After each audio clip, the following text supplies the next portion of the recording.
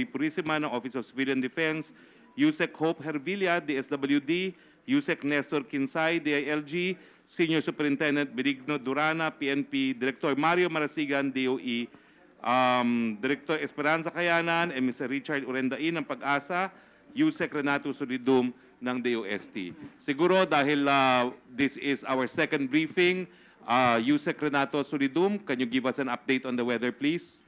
Magandang hapon. Kasama ko po ang DOST Pag-asa at ang tema ng aming ipapresent briefly, unang-una ang bagyo ay nasa labas na, yung mata nito ay wala na sa lupa, nasa dagat, 110 kilometers west of Lawag City. Kaya binaba na natin ang warning signal, ang pinakamataas ngayon ay number 3 at kumonti na yung mga areas na covered ng signal. Kaya lang may continuing hazards pa po tayong dapat paghandaan. Unang-una, yung balik ng hangin kasi counterclockwise ang ikot ng bagyo ay yung storm surge along the western coast, dito sa Ilocos provinces, Pangasinan at La Union. At dahil po sa continuous na pag-ulan, ay meron pong mga threats ng mga pagbaha at meron pong mga dams na nag-release na ng tubig at meron pang isa. Dito po ay bibigyan ng konting detalye ng ating kasamahan. Unang-una si Dr. S.P. Kayanan and susunod po si Richard Urendain. Magandang hapon po. Maraming salamat po, Yusek. Yusek Rene. So, ang atin pong i-update ngayon ay yun nga pong position ng bagyo at ito po ay nasa labas nga ng ating kalupaan, 110 kilometers west of Lawag. At ito po ay nakikita natin na bahagyang hihina or unti-unti nang humihina habang siya ay lumalabas sa kilos na 25 kilometers per hour. So mamaya pong alas 5, ibababa na po natin yung kanyang lakas or yung kanyang sustained winds.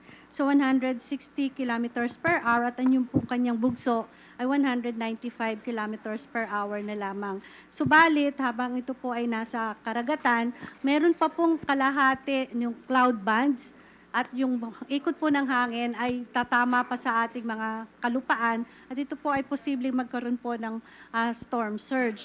So siguro i-forward na lang natin yung presentation doon sa next mga 3 slides pa po. At yung warning signals po natin ngayon, meron pa tayong nasa warning signal number 3, number 2 at number 1. But hindi pa po rin natin ito aalisin kahit wala nasa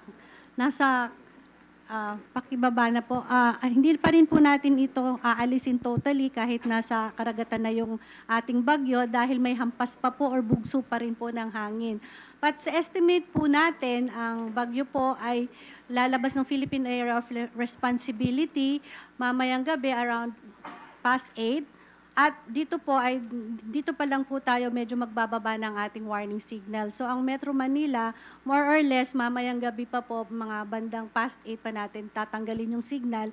Dahil po, bukod po doon sa hampas ng pag-ikot ng hangin galing sa bagyo, meron pa po tayong tinatawag na habagat. At nagsasalubong po kasi itong dalawa sa ilalim, kaya medyo malakas pa po yung hangin na mararamdaman natin dito hanggang sa may bandang Metro Manila. At kung tuloy-tuloy po yung kilos nito sa 25 kilometers per hour na bilis, bukas po ng umaga, posible na po na magbababa na po tayo or tatanggalin na natin yung signal sa lahat ng areas ng ating bansa bukas po ng umaga. So, naasahan po natin na mas magandang ng panahon ang mararanasan natin dito sa ating bansa, except for some portions pa rin ng bugso at konting pagulan dito sa western sections. Gusto ko lang po sanang i-forward doon sa storm surge map. Dahil sa pag-ikot po ng hangin na counterclockwise, tatama po. Next po, hindi po, pababa po. Ayan lang po yung mga observed rainfall natin na nagdulot po ng landslides. Na posibleng magdulot ng mga landslides. Next po. Ayan po. Ito po yung isang forecast natin sa storm surge sa western sections. Kahit nasa labas na yung bagyo, may hampas pa po siya ng lakas ng hangin dito sa coastal areas natin. Kaya yun pong orange, 2 to 3 meters yung inaasahan natin na surges o taas ng dagat at hampas ng alon dito sa Ilocos, and then yung yellow po ay hanggang up to 2 meters pa yung inaasahan natin. Kaya yung mga mangingisda natin ay kailangan pa rin natin mag-ingat at bawal pa rin po yung mga pumalaot yung ating mga ships po doon sa area na yon. Next. So ito po yung gusto rin namin ipakita na yung ulan po, yung kalakihan po, kalakasan po ng ulan ay hanggang ngayong maghapon, hanggang mamayang gabi, at bukas inaasahan natin na ito ay unti-unti ng next slide po yung para bukas, unti-unti na pong mas kukonti na yung portions na maapektuhan. That would be hanggang 8 p.m. tonight. Next po, yung bukas, so makikita po natin, lumalabas na po yung bagyo, pero may mga ilang portions pa rin sa western section due to some habagat, pero hindi na po kagaya ng nung nakikita natin. So siguro po, ipapasa ko na yung microphone tungkol po sa flood natin. Mas marami po tayong kailangang paghandaan. Kay Mr. Richard Orendain din ng Pag-asa doon sa mga bubuksan ng mga dam para makapaghanda yung ating mga kababayan sa posibilidad ng pagbaha.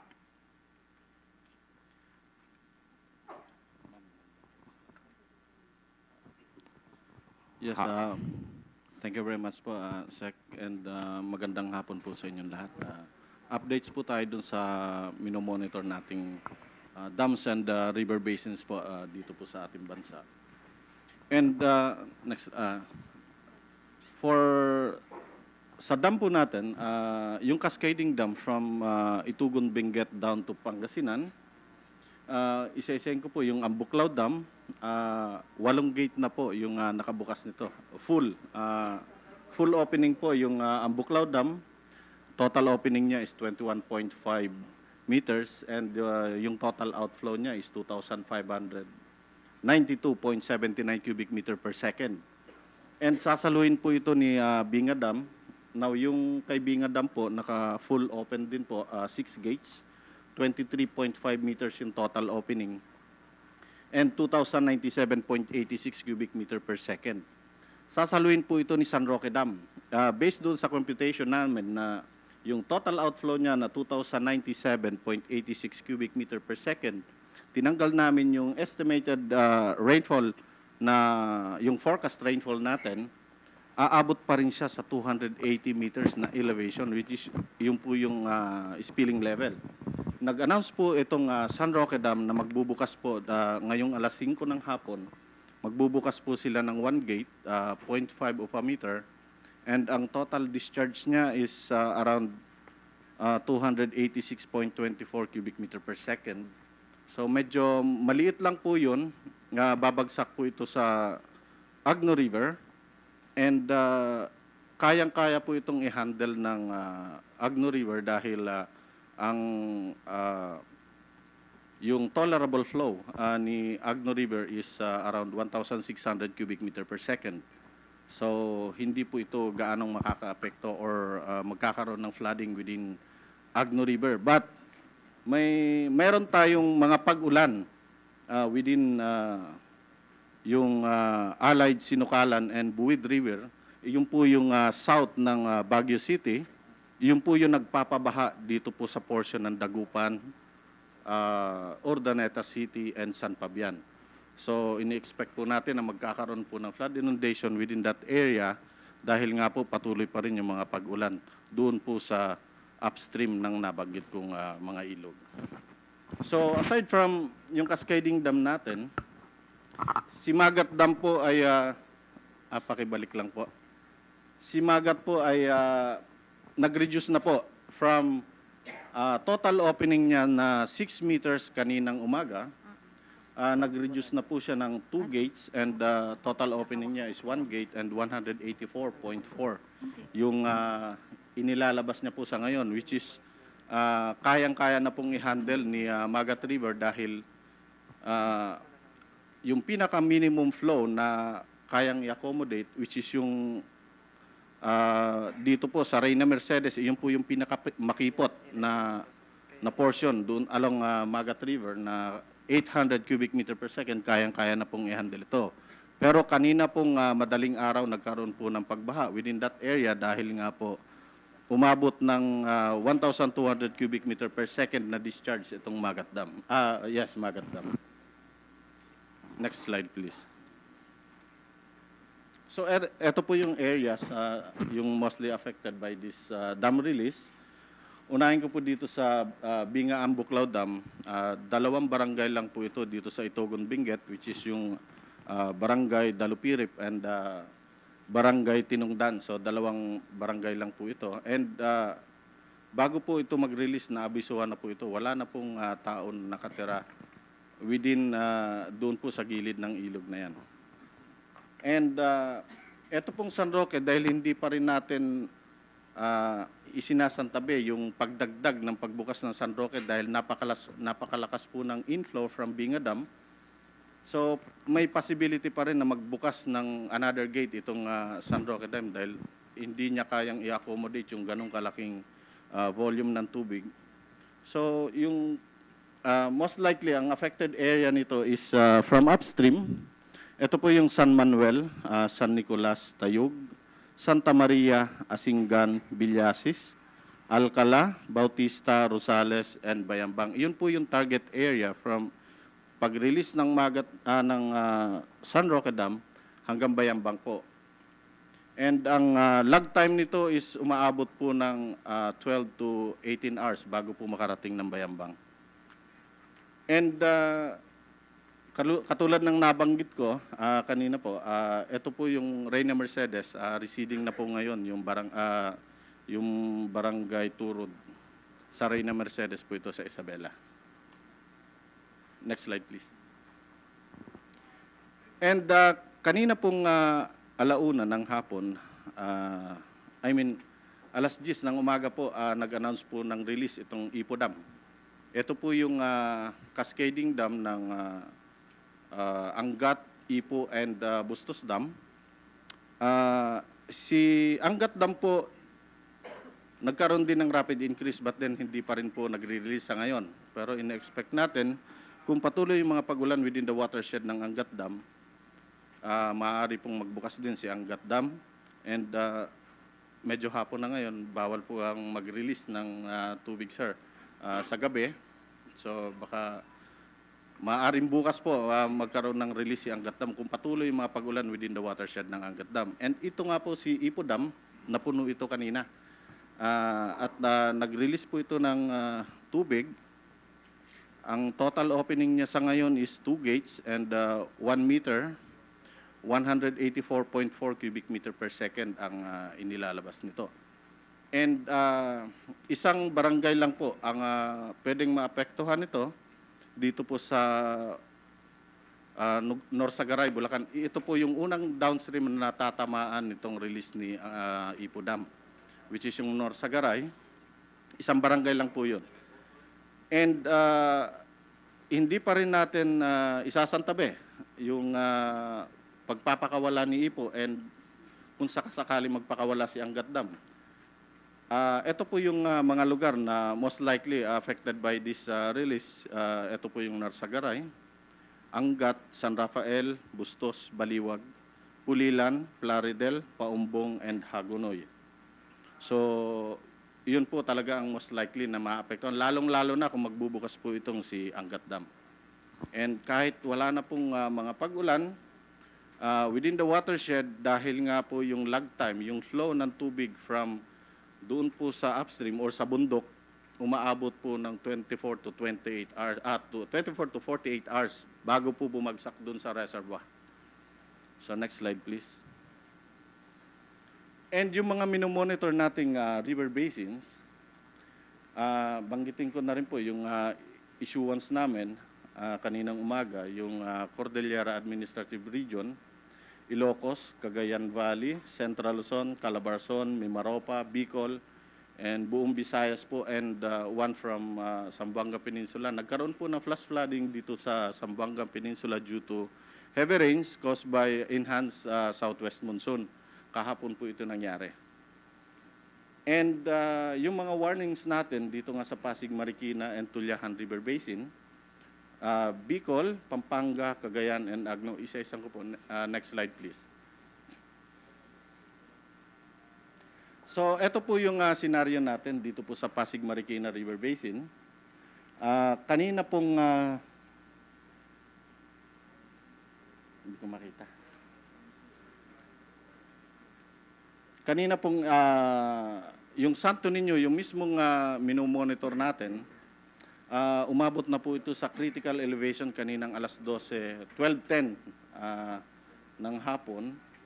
Umabot na ito sa elevation 17.13 kaninang alauna. So, ibig sabihin masyadong malakas yung pagtaas nitong Marikina River dahil nga po hanggang sa ngayon, yung upstream niya, which is yung Rodriguez and Montalban monitoring station namin, above critical pa rin po, napakataas ng tubig po doon. So, in-expect po natin hanggang hapon, lalo po itong tataas ang ilog po ng Marikina. Next slide, please.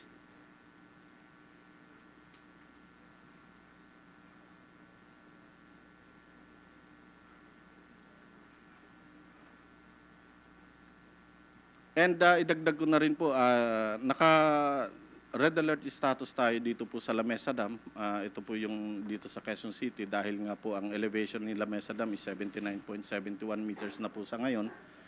And ang overflow elevation niya is 80.15 and masyado pong critical yung dadaanan nitong ilog which is yung Tulyahan River. Ito po yung downstream niya and bahain po itong lugar na to lalong-lalo na pag high tide. So ito po yung naging ano namin sa Bicol River Basin. Ganun pa rin po may possible flooding within the area dahil nga po may mga malalakas pa rin mga pagulan. Next slide please. And sa lalong-lalo na po dito sa Pampanga River Basin, flooding is possible po dito sa San Leonardo, Santa Rosa, Palayan City, Laur, Cabanatuan, and General Natividad. Same with possible pa rin dito sa Cabiao, Arayat, and Apalit. And then, mayroon tayong mga pagba within Candaba, San Luis, and San Simon. May threat pa rin dito sa Gimba, Licab, La Paz, Concepcion, Saragossa, and San Antonio. And possible pa rin dito sa Macabebe, Masantol, Apalit, Kalumpit, Hagonoy, and Paumbong. So, yun po yung mga areas na most likely affected po dahil nga po sa malalakas na pagulan. Next slide, please. And yung sa Cagayan River Basin po, lahat po may posible pa rin pong magkabaha. Dahil ang upstream po nito is sa Nueva Vizcaya. Yung Cagayan River, ang river reach niya po is 550 kilometers from Nueva Vizcaya down to Apari, Cagayan. Tumatakbo po yung tubig for about 36 hanggang 72 hours para po makarating ng Apari. So, hanggang ngayon po, hindi pa rin nakakarating yung tubig galing ng Nueva Vizcaya, papunta po dun sa mga flood-prone areas within Ilagan, Tumawini, Tuguegarao, and then papunta po ng Apari. So, hindi pa po nakakarating yung mga pag-ulan nung kagabi. And yung nangyari pong flash flooding dito po sa Cagayan, ito po yung tinatawag nating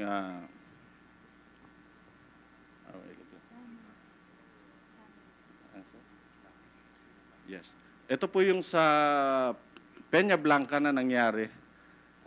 Ito po yung principal river na ang upstream po nito is nasa east, bundok po yun, and baka nagkaroon po ng daming effect dyan dahil nga po masyadong flashy yung ano yan, kung ano yung mga natangay niyang troso or something na makakapagbara po dito sa ilog na to, yun po yung cause ng flash flooding dyan sa lugar na yan.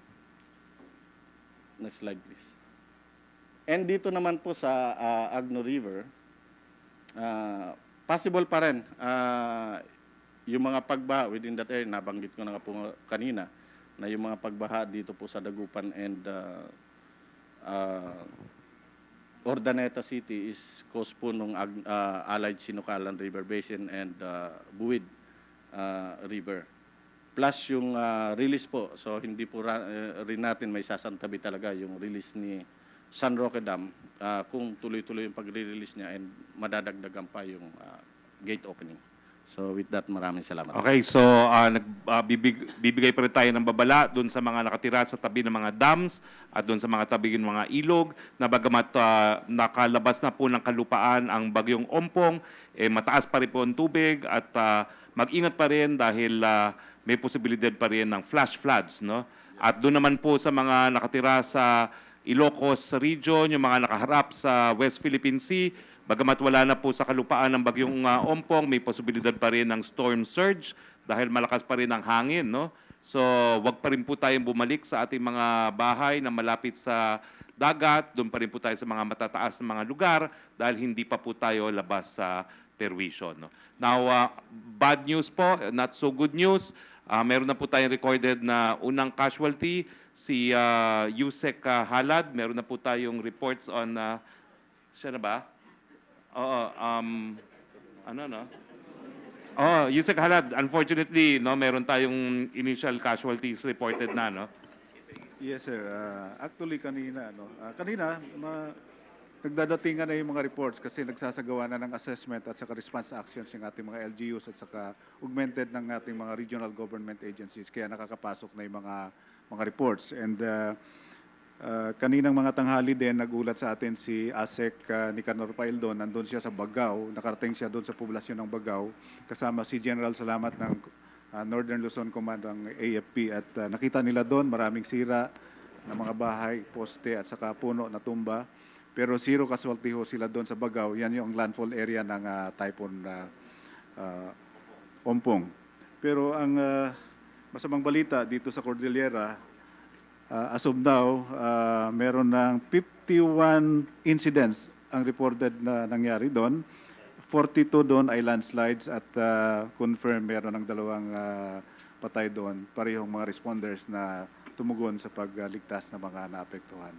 So, yun ang initial pa lang na reports at as we go on ay madadagdagan pa siguro yung mga reports na yun. So kinalulungkot po nating i-report na meron na tayong 2 casualty na reported, 2 responders po dyan sa Cordillera. No? Now, Secretary Delfin Ronzana, kanina po sinabi nyo nakipag-ugnayan kayo sa mga governors ng mga affected areas. Ano pong report sa ating mga governors? Salamat, Secretary Harry.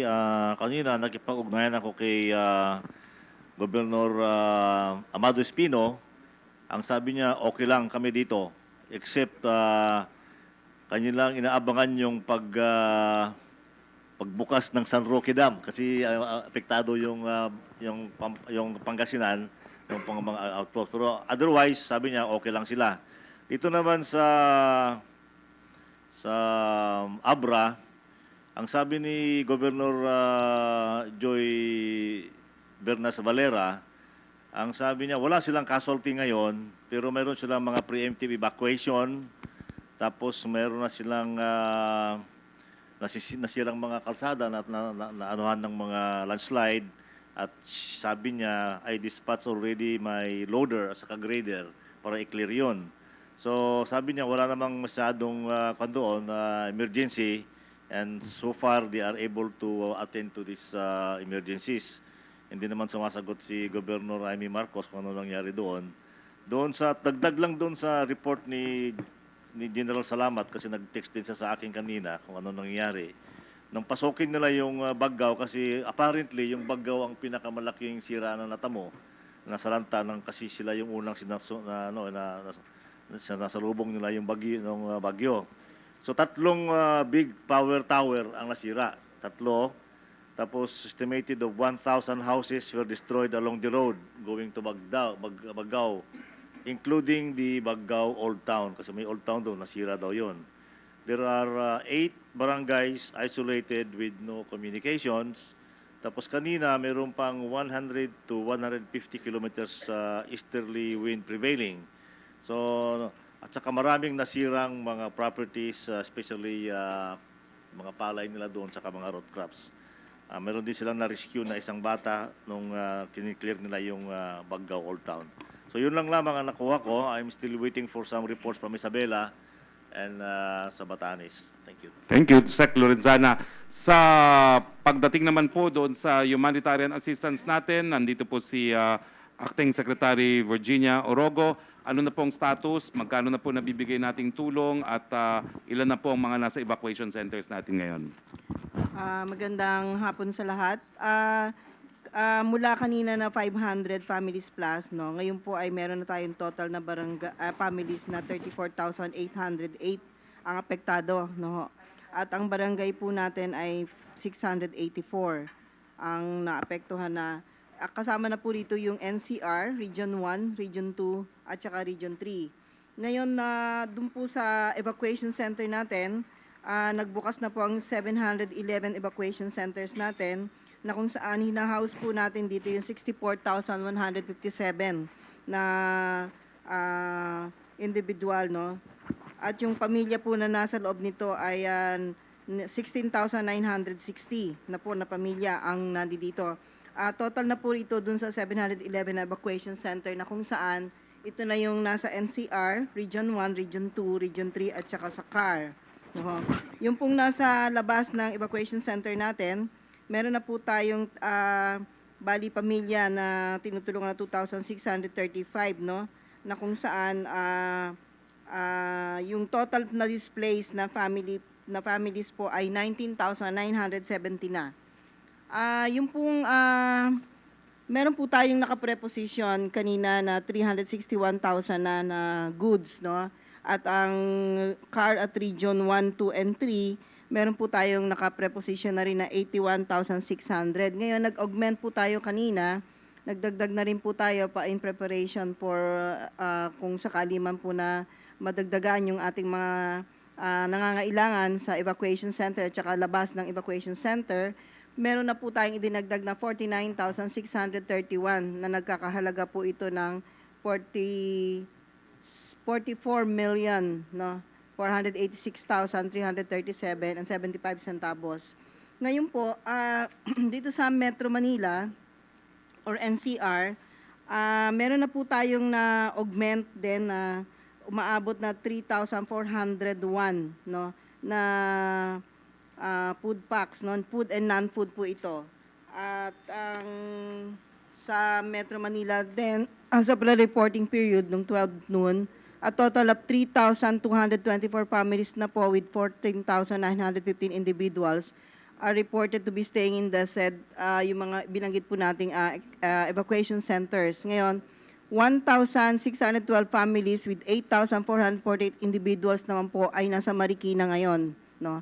475 families with 2,072 individuals naman ay sa Quezon City at 63 families with 240 individuals nasa Malabon po. 793 families with 2,922 individuals ay nasa Manila at ang 32 families with 141 individuals ay nasa Muntinlupa at 176 families with 908 individuals na Bota City at 73 families with 184 individuals naman po ay sa San Juan City. Ito po yung lawak ngayon ng tinutulungan natin. So mula Northern Luzon hanggang sa NCR po ay kumikilos tayo sa pag-augment po ng ating food and non-food po sa ating mga kababayan na naapektuhan. Salamat po. Sec, bago ko ibigay kay Sec Villar, alam ko po mayroon tayong 1.7 billion na linaan para dito sa bagyo ng Ompong para lang sa tulong galing sa DSWD. Pero kung sakali po may mga pribadong mga individual na gusto magbigay ng tulong, meron bang lugar o opisina sa inyong departamento na dapat kontakin kung saan ibibigay yung mga tulong ng gusto na bigay ng ating mga kababayan? Meron po tayong tumatanggap ng mga donasyon, no, sa opisina po natin sa central office at sa mga regional office. Meron po tayong mga pwede nilang dalhin doon. Kung hindi nila makontak yung diretso na lang po nilang kausapin yung ating mga regional directors. Siguro mamaya maibigay. At kung hindi man po dito po si Undersecretary Hope Herbilia, sa kanya po natin idiretso yung lahat ng donation na papasok sa ngayon. Pero meron po tayo naka-assign sa ating central office na tumatanggap ng donasyon, local man to or international. Now, Sec Mark Villar, ngayong wala na po sa kalupaan si Ompong. So more or less, sa mga field offices ng DPWH ay nagkakaroon na ng preliminary assessment doon sa danyo sa ating infrastruktura. Ano pong latest pagdating dito sa assessment? Maraming salamat po at nais ko pong i-report ang ating mga road closures as of this hour. In the CAR region, meron po kaming 19 road sections closed. Cannon Road, sarado po ang Cannon Road. Pati po ang at this point Marcos Highway. May isang section po sa Marcos Highway, yung Tuba section po na closed din po. Kaya yung mga papuntang or pababa, kailangan gamitin nyo po ang Nagilian. Nagilian lang po ang open in that yung papuntang Baguio po. But May indication ba ganong katagal nakasara pa, at least itong Marcos Highway? Kasi yan yung talagang... yes. Our heavy equipments are on site now. So we expect to be able to clear it. Nagkaroon po ng landslide. Very landslide prone itong mga, lalo na po ang CAR region. Kaya medyo dapat mag-ingat po ang mga taga-CAR at sana po wag munang bumiyahe habang ongoing pa yung bagyo.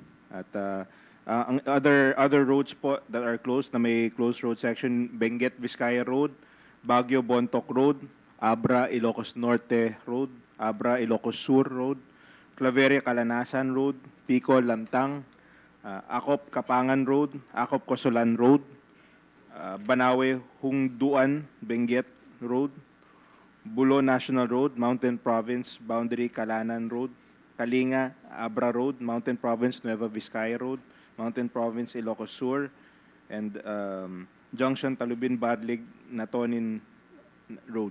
So ito po yung mga roads na may road sections. Ongoing po ang clearing operations. So meron na kaming naka-preposition heavy equipments and we can expect next update. I'm sure we will be able to makiklear po yung ibang roads dito sa Cordillera. Sa Region 1 po, all roads are now passable except Tagudin Cervantes Road. Still closed to traffic. Clearing operations are ongoing. Sa Region 2, 4 sections of Dang Maharlika, which were previously closed, are now open to traffic. Bambang Nueva Vizcaya Road and Dang Maharlika has been cleared and now passable. Sa Dalton Pass, nagkaroon po ng landslide. We expect to be open shortly. Currently, there's one lane. One lane is open. The second lane will be opened shortly. Ongoing yan yung operations sa Dalton Pass. Santiago Tugigaraw Road is now passable. Clearing operations have been completed. Ang Itawes Overflow Bridge in Cagayan is still not passable due to flooding. Sa Region 3, 6 road sections are still closed. Bigaa Plaredel via Malolos Road, Daang Maharlika Road, the 2 sections, yung Patabangan, Kanili, Basal, 1 lane is passable. Nueva Ecija Aurora Road, Romulo Highway, Paniki Kamiling Wawa Road, and the Olongapo Bugalyon Road. We have road sections that are at this point are impassable. All these sections have ongoing clearing, and we can expect marami po sa mga close ngayon will be passable within the day. Maraming salamat, Secretary Villar. Tiyempo, kahapon nandun kayo sa CAR, parang na-predict ninyo na talaga napakadaming closure na mangyayari dyan sa Opo. CAR. Very vulnerable sa landslide po. So kaya talagang naka-preposition kami ng equipment yung kahapon pa lang. So we can expect within the day. Medyo may konting, siyempre habang ongoing pa yung bagyo, siyempre kailangan din ingatan yung mga, marami din yung equipment, siyempre yung safety din ng ating mga rescuers. Kaya we have to take that into consideration also. Thank you, Secretary Mark Villar. Kasama rin natin si Health Secretary Francisco T. Duque. Kamusta naman po ang kondisyon ng mga hospital, lalong-lalo na doon sa hardest hit areas ng Region 1, 2, and CAR? Well, ang batay po sa ulat ng Region 2, meron po tayong dalawang DOH buildings, no, na apektado, medyo matindi yung tama. At sabi ko sa kanila, you do a rapid assessment kung ano ang extent ng damage. Pero ang wala naman naiulat pa sa amin patungkol sa mga ospital na nasira. So far I would assume wala naman na affected na mga hospitals, no. Except for Dagupan where the flood water has risen and about 50 patients have been transferred to the higher floors of our Region 1 Medical Center. So, pinomonitor po natin ang sitwasyon sa regions 1, 2, and 3 at sa Region 2, yun nga, 2 damaged buildings of the DOH Regional Office, and then sa Region 1 naman yung ating pong Region 1 Medical Center ang nasa matinding pagbabaha sa ngayon at patuloy ang pagtaas ng baha sa naturang ospital. At para naman doon sa atin na logistical support, para lang po makumpleto natin ang ulat, ay meron na po tayong 27 million pesos amount of logistics na naka-preposition doon po sa atin affected DOH regional offices.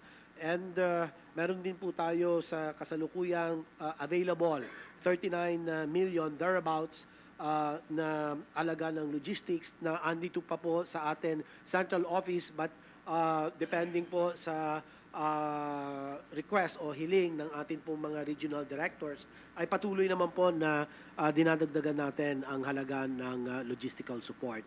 Meron po tayong sa kasalukuyan yung 3.9 million amount of logistics ay i-deploy na ito through the C1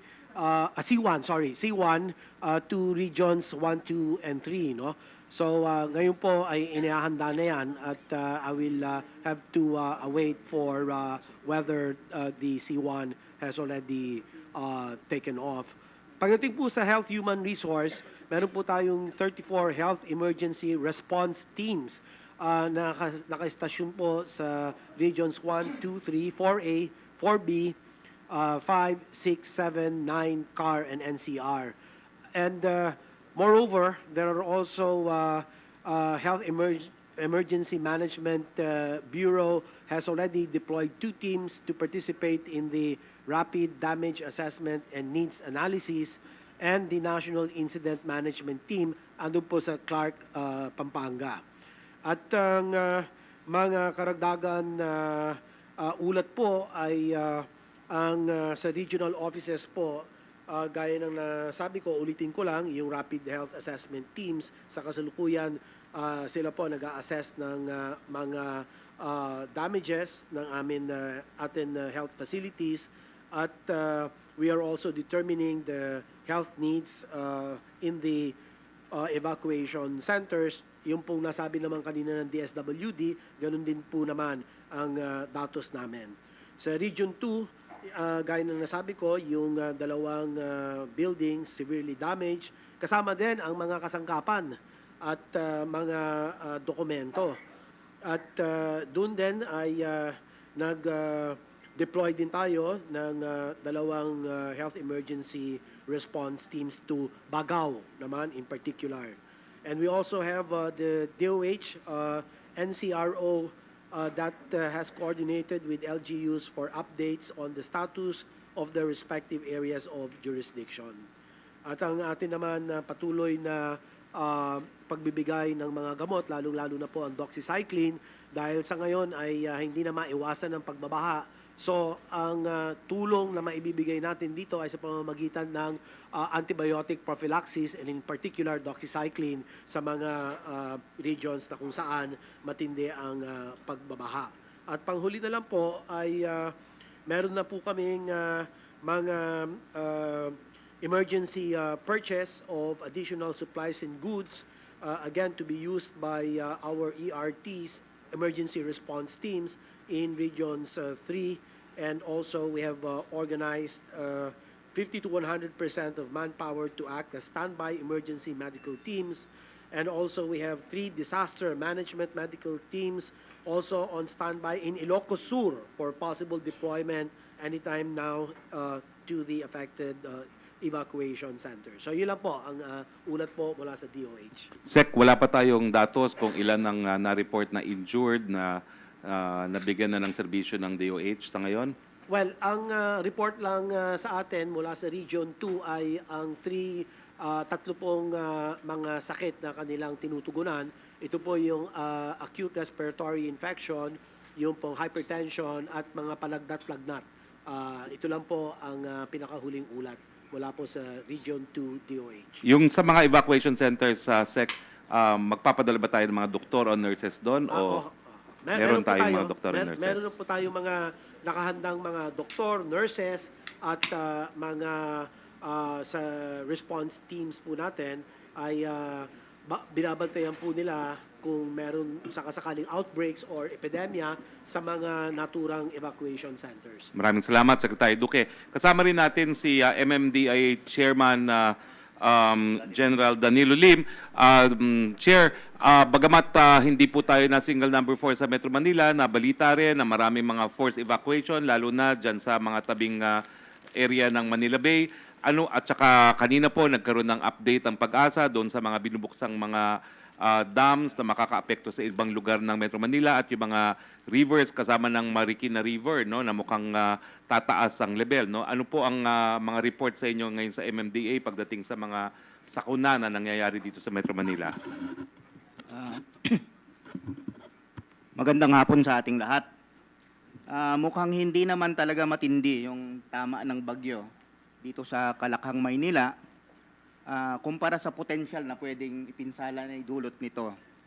Ang dumaan sa atin ay malalakas na hangin, walang masyadong ulan, kaya hindi natin naranasan yung kadalasan na dumadaan dito na experience natin na pagbabaha. May mga lugar na medyo tumaas, may mga lansangan na medyo nagkaroon ng bagyang pagbabaha, pero karamihan ay mga from 5 to 8 inches only passable. Yung Rojas Boulevard, medyo tumaas yung tubig doon gawa ng hampas ng alon galing sa dagat dahil sa lakas ng hangin. Pero sa ngayon ay maayos na yung Rojas Boulevard, wala na. Yung Marikina River, binabantayan natin yan gaya ng nabanggit kanina. Kanina ay nasa 17.03 meters yan. Pero ngayon yung huling report na natanggap ko, ito ay bumaba ng bahagya. 16.95 na lang. So, nasa alarm 2 pa rin tayo dyan, pero hopefully, hindi na tumaas. Bumaba na lang. Nabanggit na kanina ng DSWD Secretary, yung si Secretary Orogo, yung mga figures sa ating mga evacuation. Kung anong mga syudad yan, at kung ilan. So, pero itong mga evacuations na ito ay mostly, halos lahat, preemptive evacuation. Ibig sabihin, paghahanda, paniniguro para kung sakaling lumala yung sitwasyon, nandun na sila. So halos lahat yan, preemptive evacuations. Nagkaroon din tayo ng mga, sa ibang lugar, mga power interruptions, gaya ng Marikina at Parañaque, mostly due to emergency line trouble. Pero expected, maayos yan, hindi magtatagal. So, dito sa Metro Manila, sabi ko nga kanina, hindi naman talaga ganun kasama. Karamihan sa ginagawa natin ngayon ay pagki-clear. Dahil hangin yung malakas na dumaan, mostly clearing operations. Mga natumbang puno, mga bumagsak na kung ano-ano dyan. Yun ang kini-clear natin. So, on the whole, fallen trees, etc. Nakatulong din na bago dumating itong bagyong ito, nakipag-coordinate tayo sa DPWH at sa mga engineer office ng mga LGUs na yung mga billboards natin ay i-roll up muna. At saka yung mga ongoing constructions ay i-secure yung mga cranes na ginagamit, yung mga equipment na ginagamit. So on the whole, mukhang sa buong Metro Manila, mukhang okay lang tayo. Kinokontak na rin po natin yung mga kasama nating kalihim, Secretary Tugade, Secretary Bello, Secretary Tolentino. Sila po ay nasa Tugigaraw, Cagayan at Isabela. So kung makontak na natin sila, i-link up na natin sila. Si Secretary Martin, meron ba ho tayong Martin Andanar ng PCOO? Meron ba ho tayong mga balita galing sa PNA, sa Radyo ng Bayan, yung mga nangangailangan ng tulong?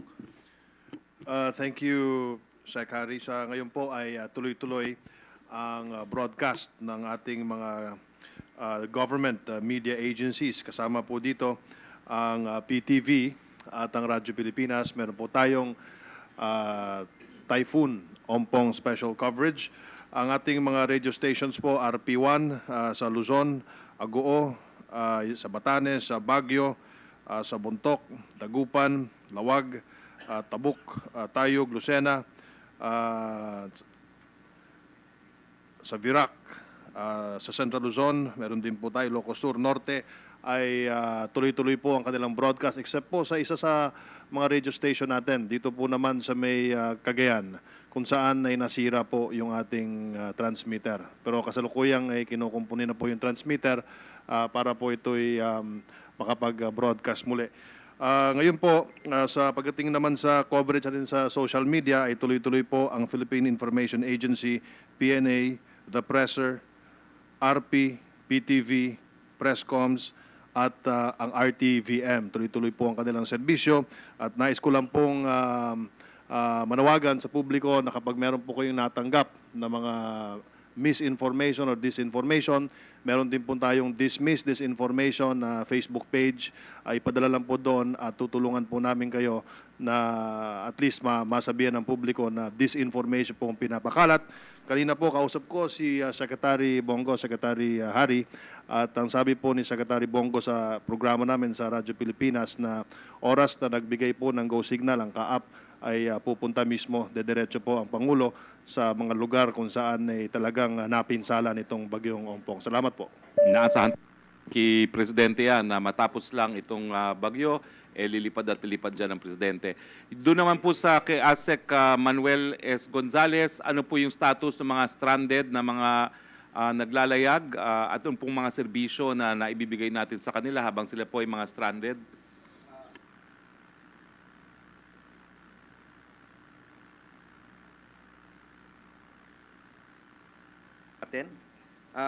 Ang LRT po natin ay operational na. Operational po siya ngayon, nagsaservisyo sa mga commuters natin. Except po yung PNR kasi yung railways po in some other areas flooded po, basa. So hindi muna pina-operation yung operation ng Philippine National Railways. Now with regard to the air transport system po natin, sir, bigyan ko po kayo ng breakdown about yung cancellation ng flight natin. We have a total number of 141 cancellation ng flight. 89 po dito is domestic and international is 52. Now, sa port naman po, sir, halos lahat pong port natin based on the recommendation ang talagang directive ng Coast Guard, wala pong pinalalayag na even small or heavy ship dahil po hindi pa po maganda yung daloy ng mga dagat natin, mga tubig. So let me give you the breakdown of the stranded ship and passengers po. No? There are around 4,830 stranded passengers na mga barko po natin. No? Mula Luzon, Visayas, and Mindanao. Ito po mga stranded passengers na nasa port terminal. Binibigyan po ito ng ayuda in terms of pagkain, then accommodation na as directive nga po ng aming Secretary Togade, bigyan ng comfort yung mga pasahero sa mga stranded sa mga port or other terminals. And 1,200, 1,002 po yung rolling cargos na naka-standby, hindi po sila pinalalayag. 151 vessels po ang naka-stranded din po. And 93 motor bunkers were stranded also, while 177 vessels and 112 motor bunkers are still on hold sa mga port po. So ganun po karami yung mga nakano natin. But hopefully, depende sa weather po, this coming days baka makalayag na po sila. Ngayon po, anong ginagawa ng DOTR in support response cluster? Ang ginawa po namin ngayon po is we have already coordinated and pre-positioned trucks and buses along Region 1, Region 2, and Region 3. in preparation sa response cluster po, no, na kanina sa meeting namin, in case there's a need to transport yung relief goods and to transfer yung mga stranded or evacuees in some other areas, naka-preposition na po itong mga trucks and buses na kinoordinate po namin sa mga company po na willing to provide this kind of services. So, yung other activities po namin is we continuously coordinating with the DSWD as part of the cluster, response cluster po. Yun lang po, sir. Maraming salamat po. May dadagdag lang si Secretary Villar. Secretary Mark Villar, DPWH. Magbibigay lang po ako ng update. May bagong development po sa CAR. Nagkaroon po ng landslide sa Nagilian. So, nagde-deploy na kami ng heavy equipments doon, but at this point, so that's Nagilian, Quezon, and Marcos Highway. The remaining access is the Baguio Aritao, Nueva Vizcaya Road. So, currently, the status is we have our heavy equipments there. The Nagilian's the most recent, so nagde-deploy po kami ngayon. Meron po sa akin text message si Secretary Mon Lopez, galing daw sa Baguio, Benguet. Report po ni PD Freda Gawisan, bagamat malakas pong ulan at hangin sa Baguio, ang mga presyo daw ng bilihin doon ay within the suggested retail price. Likewise, meron daw pong adequate supply ng bigas sa Baguio at ang supply po sa Baguio daw ay good for 1 to 2 weeks po. Sa CAR provinces po, ang monitoring ng DTI ay ang mga presyo ng bilihin ay nasa loob pa rin ng SRP. Ang level of inventory nila is 1 to 2 weeks. Enough po ang supply hanggang 1 hanggang 3 linggo per report. Sa Ilagan City po, ang report din ng DTI ay may 2 grocery stores na ngayon bukas na, Lidas Grocery and Kawan Stot Grocery. Ang Mercury Drug daw po ay bukas din. Ang hardware stores ay bukas na rin, yung Rising Dragon, RC Domingo, and BGY Enterprises.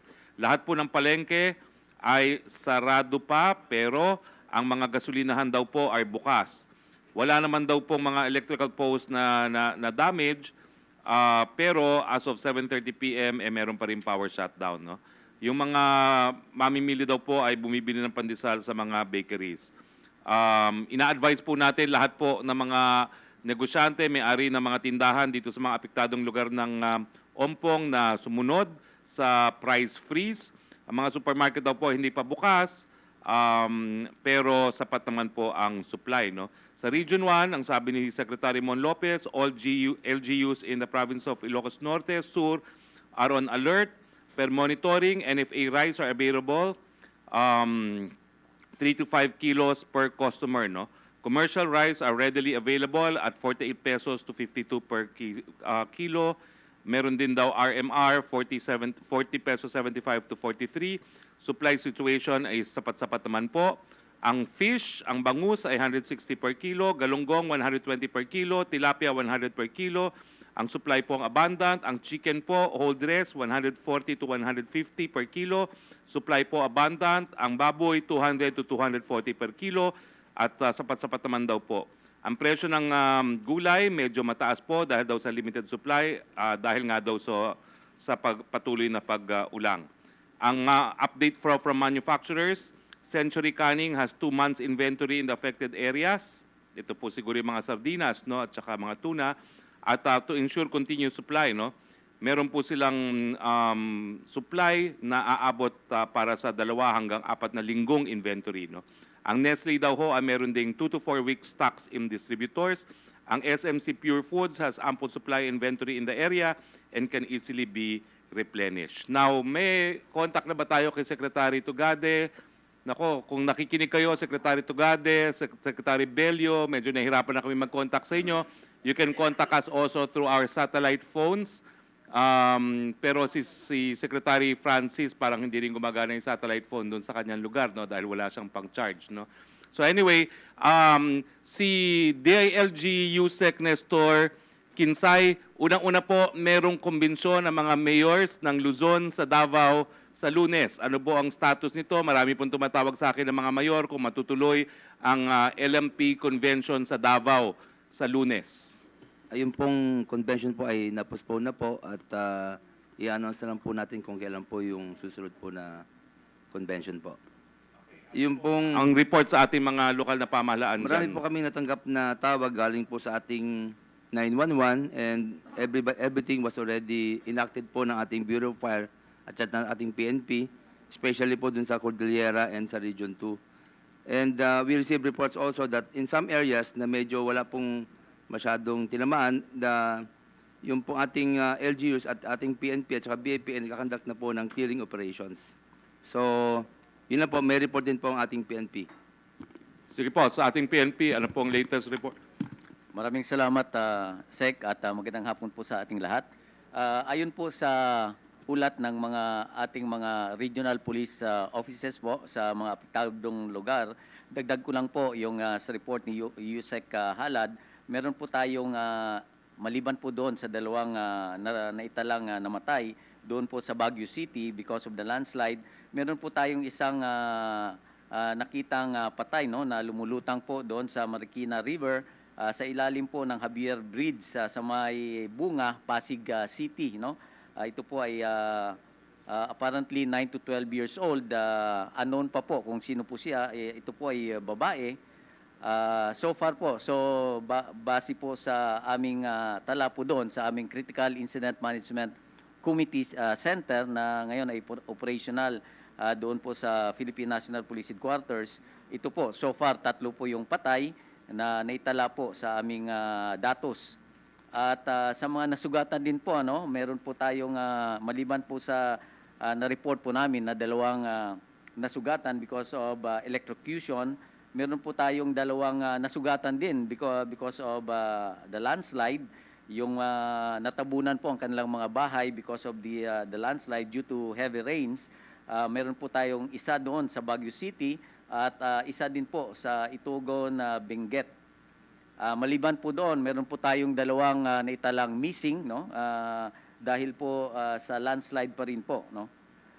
So far, yung ating mga iba't ibang police regional offices sa apektadong rehiyon, meron po tayong existing pa rin po yung ating 4,678 search and rescue operations personnel. Lahat po ito mga Philippine National Police personnel ready to provide assistance to the local government units at sa iba't iba nating mga ahensya ng ating pamahalaan.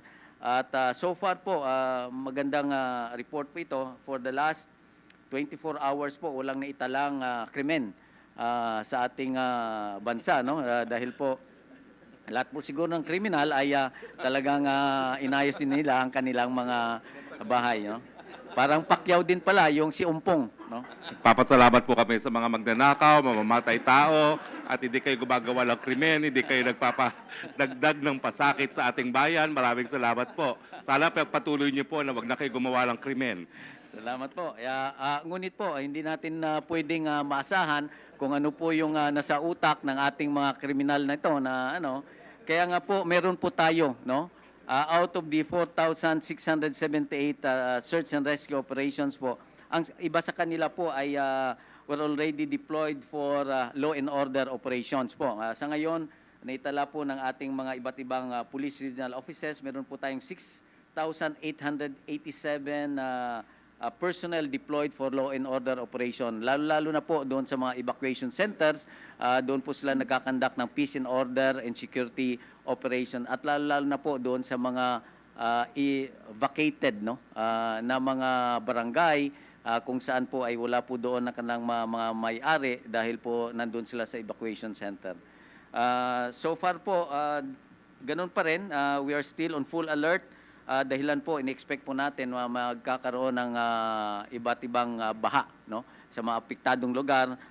Your Philippine National Police will always be there to provide assistance and services sa ating mga kababayan. Maraming salamat, Senior Superintendent Benigno Durana ng PNP. So kinalulungkot po naming ibalita sa inyo na sa kabila ng matinding paghanda para dito kay Ompong, meron na po tayong 3 recorded casualty, 2 sa Cordillera, 1 sa Marikina River. Meron tayong 1 nawawala at 2 pong sugatan. No? Now, DOE sa Department of Energy naman po, ang tanong po ng marami, kailan mare-restore ang kuryente, lalong-lalo na sa Isabela at sa Cagayan at yung ilang portion ng Metro Manila na walang kuryente? Maraming pong salamat at magandang hapon sa ating lahat. Simula po nung i-organize natin, i-activate natin ang Task Force on Energy Resiliency ng Department, naging aktibo po at ang ating monitoring and assessment ng mga sitwasyon. At kasama po natin dito, bukod po sa Department of Energy, nandyan po yung National Electrification Administration, the National Power Corporation, maging ang National Grid Corporation at yun pong mga private use kagaya ng ating pong Meralco. So sa ngayon po, nais po namin pagbigay alam na pagdating po sa generation ng electricity, yung ating pong mga planta, wala naman po tayong naapektuhan. Ang tangi pong concern natin, sa halip na magamit natin yung tubig sa pag-produce ng kuryente, ini-spill natin as reported po earlier. Doon po sa linya, sa main line natin, yung mga transmission system, nagkaroon po tayo ng about 54 na incidents, pero marami na po tayong na-restore. Yung po dito sa NCR at sa Samar, doon po sa Visayas, fully restored na po. Yung pong sa North Samelco at Isamelco sa Samar, at dito naman po, alam natin sa NCR sa Meralco. Pagdating po sa Southern Luzon, naibalik na po natin yung transmission system natin sa Aurelco at partially po sa Quiselco. At pagdating po dun sa mas malaking epekto, po, sa Northern Luzon, meron po tayong 42 incidents dyan. Halos kalahati na po, 20 na po dun sa mga incidents na yun na na-restore natin sa transmission facilities. Hindi lang po tayo makapagbigay ng direktang sagot doon sa katanungan na kailan magkakaroon ng kuryente sa mga bahay dahil ongoing po ngayon yung assessment natin sa mga poste ng mga sa local na po, sa distribution utilities, particularly sa ating mga electric cooperatives. Kahit po ready na tayong magbigay ng kuryente at ayos na po yung linya ng ating transmission, yung pong kalagayan mismo ng ating pong mga distribution utilities ang pinoproblema natin. Alam naman po natin na kung may tubig pa, kung meron pa pong mga punong nakatumba at mga poste, hindi pa po natin kayang bigyan ng kuryente yon. Sa papanguna rin po ng pagkilala natin ng safety. Ano po? So dahil po dyan, continuous po yung monitoring namin at hopefully po by tomorrow, dun sa atang reporting tomorrow, meron na po tayong mas definite na tugon dun sa mga katanungan yan. Sa ngayon po, ang mga partially restored na areas natin, meron po tayong sa Abra, ready na po yung system natin. Sa Benguet, Pangasinan, partial po ng Isabela, sa Nueva Ecija.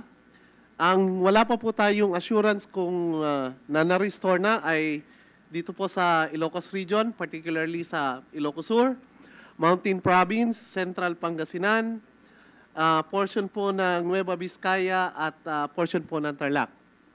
Pagdating naman po sa fuel supply, sinunod po naman ng mga oil companies ang tugon ng ating monitoring. Doon po sa mga apektadong lugar, sinabi po sa atin na wala po tayong problema sa mga depot and delivery stations. Ang hinihintay na lang po natin ay yung mga report ng individual retail station. Ito na po yung kung saan mismo binibilhan natin. Meron po dyan mga station na binaha. Meron naman pong hindi ma-access ng ating mga delivery. Pero ang assurance po sa atin at for at least 2 days, kompleto po yung supply natin ng gasolina at diesel. Maraming salamat po at magandang hapon po ulit. Maraming salamat po sa ating DOE. Ngayon naman po sa Hukbong Sandatahan, ano po ang mga developments? Alam ko may mga naka-preposition kayong mga emergency airplanes at ibang mga equipment sa Clark. Meron na po ba tayong nagamit? Ano pong developments galing sa AFP? Thank you, Secretary Harry Roque. Magandang hapon po sa ating lahat. Una, gusto pong iparating ng Sandatahang Lakas ng Pilipinas ang kanyang kalungkutan at pakikiramay doon po sa mga naulila ng mga namatay sa bagyong ito. Ang gusto pong iparating ng ating Armed Forces of the Philippines, siguro po gusto rin niyong malaman na so far, ang mga members po ng AFP ay ligtas naman po sila. Hindi nga natin po alam kung yung dalawa po sa mga responders ay meron pong members ng AFP doon. But it will be for your comfort to know na yun pong mga disaster responders po ninyo ay ligtas at handang tumugon sa kanumang panawagan. Sa ngayon po, 501 na disaster response task units na binubuo ng 317 opisyal, 5,469 na enlisted personnel or total na 5,786 ang nakakalat po sa iba't ibang bahagi ng ating bansa bilang prepositioning ng mga units na ito sa sandaling sila'y kailanganin, kaagyat silang makatutugon. Kasama po, mayroon pong kabuuan na 929 assets. 11 po dyan ay air assets, 12 are water assets, at 806 na land assets ang kasama ng mga DRTU na yan. Kaninang umaga po, sa ikasyam ng umaga, ay nag-advance po ang siyam na DRTU sa Clark Air Base sa Pampanga. Ito po ay binubuo ng 7 opisyal at siyam na pong enlisted personnel. Kasama po nila 17 assets, 2 air assets, 11 water assets at 4 na land assets. Ganon din, 3 DRTU po ang nag-forward further sa Ilocos Norte at sa La Union kanina ring ikasyam ng umaga. Meron din po tayong Engineering Construction Battalion, representatives, 6 po yan na search, rescue, and rehabilitation teams. 2 officers at 43 enlisted personnel ang nag-forward na po sa Clark Air Base sa Pampanga. At naiwan po dito sa Libis para naman tumugon sa mga maaaring kailanganin natin dito sa Metro Manila, 4 po na SRR, binubuo ng 8 opisyal at 43 na enlisted personnel. Ang gusto pong katiyakan na iparating ng ating AFP Chief, General Carlito Galvez Jr., at siyempre po ng ating kalihim ng Tanggulang Bansa, Secretary Delphine Lorenzana, ay ito pong mga puwersa na ito ay naka-standby alert sa iba't ibang bahagi ng ating bansa. Nakadepende lamang po sa kasalukuyang kondisyon ng panahon, ng kalsada at ng ating water condition ang kanilang deployment. Subalit tinitiyak po natin na sila ay nakahanda sa anumang request from the different clusters ng ating pamahalaan, particular po sa search, rescue, and recovery. Importante pong malaman natin since naririnig naman po natin ang mostly damage po natin are our road networks. At syempre, ang ating pong sea condition ay hindi pa maganda para sa ating sasakyang pang lupa at sasakyang pandagat. Kaya po 18 rotary or helicopter ang available po para tumugon sa anumang air requirements natin. Nasa Villamor, sa Tarlac, sa Legazpi, sa Davao, at Cagayan de Oro ang mga air assets na to on call depending upon the condition of our weather. Kung pwede nang lumipad, they will. 7 po ang ating fixed assets na naka-standby. Yan po ay C-130, C-295, which are big and medium aircraft na pwede natin gamitin for cargo. Gusto rin pong ipahatid sa inyo ng ating sandatahang lakas na inactivate po natin ang ating Civil Military Operations Center na ang layunin po nito ay i-facilitate at i-coordinate ang lahat ng efforts ng mga iba't ibang government agencies, non-government agencies, government organizations, maging ang international humanitarian communities na gusto pong tumulong sa atin. Inactivate na po ng AFP ang kanyang CMCC at din po yung MNCC or Multinational Coordinating Center para naman po kung meron tayong mga foreign armed forces na gustong tumulong at pinahintulutan ng ating bansa na makilahok, sila po ay imamanage ng ating MNCC. Ganon din po, yun pong mga units natin, kagaya ng SOLCOM, Southern Zone Command, Central Command sa Cebu, Westcom sa Palawan at Western Mindanao Command sa Mindanao, nakahanda rin po ang kanilang mga puwersa for augmentation, just in case yung pong nakadeploy ngayon or ready to be deployed, or ready to be engaged, I should say, kasi nakadeploy na po sila, ay kakailanganin pa, handa po silang tumulong para sa search, rescue, and rehabilitation. And of course, tumulong sa iba't ibang ahensya ng ating pamahalaan para sa rapid damage assessment and needs analysis na kinakailangan. Muli, magandang hapon po at maraming salamat. Okay, bago po tayo magtapos, si ASEC Halad, meron atang additional information galing kay Yusek Halad ng OCD. Yes, sir. Idagdag ko lang doon sa sinabi ni Colonel Arevalo na pinag-iisipan na namin, ikino-coordinate na namin yung deployment ng rapid deployment force natin na nasa Clark. At kasi humihingi na ng augmentation yung regional director natin sa OCD for additional responders. So titingnan namin yung immediate deployment niyan. And secondly, yung meron tayong sinusunod na protocol in validating the dead and missing. And lalo na doon sa mga lugar na medyo may kalayuan naman sa pinangyarihan itong or dinaanan itong bagyo. And I'm referring to Manila at saka Bicol, lalo na kung kasi dadaan pa rin yan sa proseso, may gagawing mga postmortem procedures dahil dito sa isang na-recover nga na patay dito sa Manila ay mukhang may ilang araw nang nakaraan bago parang nasa advanced stage of decomposition so meaning possibly hindi ito cause ni Ompong at so ganun. Si Secretary Lorenzana, meron diyang huling ulat? Dagdag kaalaman ito sa lahat, nakakuha ko ng latest info from Governor Amy Marcos ng Ilocos Norte. Ayon sa kanya, wala silang power doon ngayon.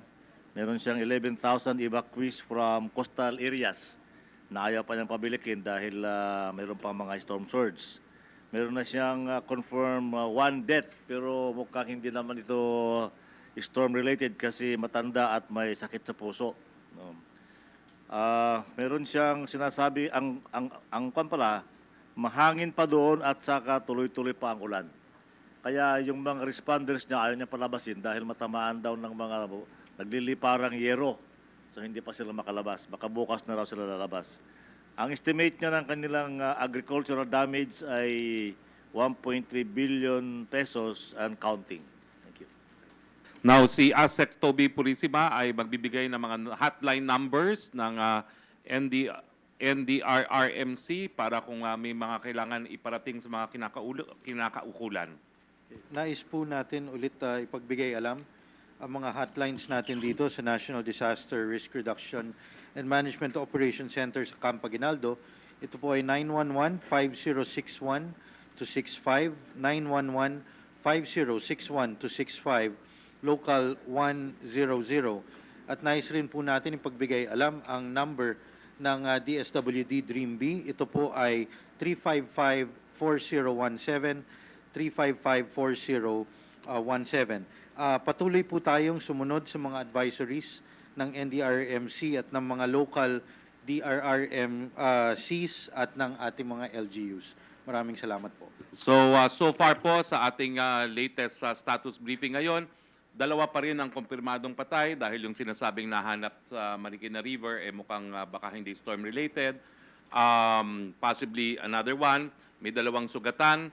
So far po, bagamat nalulungkot tayo sa mga pangyayari, mukhang yung paghahanda natin ay has become very productive. Mukhang naiwasan natin ang mas malaking aberya, bagamat napakalakas itong bagyong Ompong. No? Lahat po ng ahensya ng gobyerno continue to be on red alert.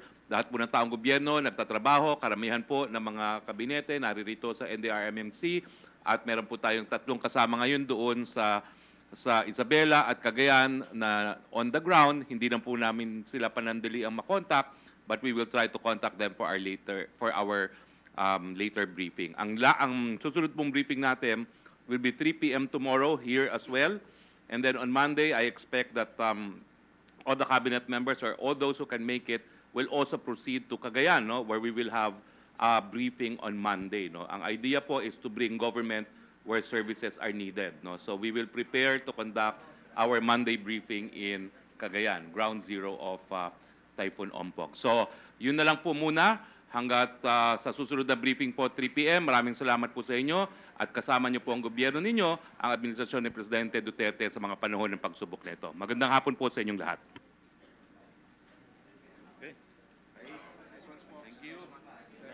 Thank you. May sita ko sa iyo sa Monday